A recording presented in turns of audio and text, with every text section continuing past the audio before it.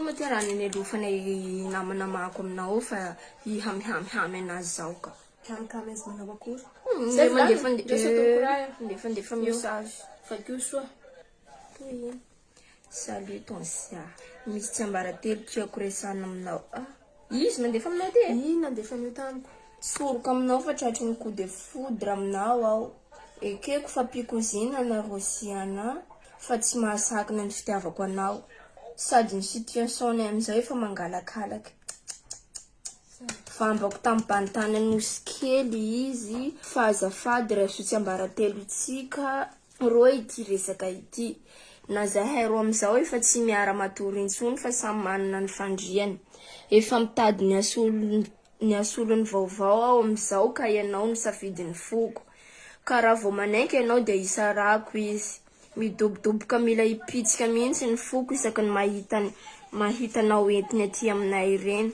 Mafy izany mahavamba olo tiana izany fa zao mihitsy ny safidy hoe aleoko ianao koziny ihany no asoloko azy mba holovatsy ny findra ilay fitiavana. Juré devant la tête de ton père fa tsy tenany izany aminy ianao mba raiso ny ty foko kely ity hono Roberto.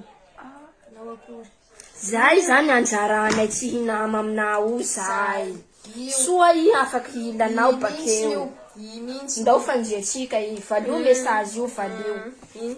Eka ho asanao zay fa tsy aleotsika manao pro asanao zay. Ameo pro i. Pezevatsika i. Valinao message io.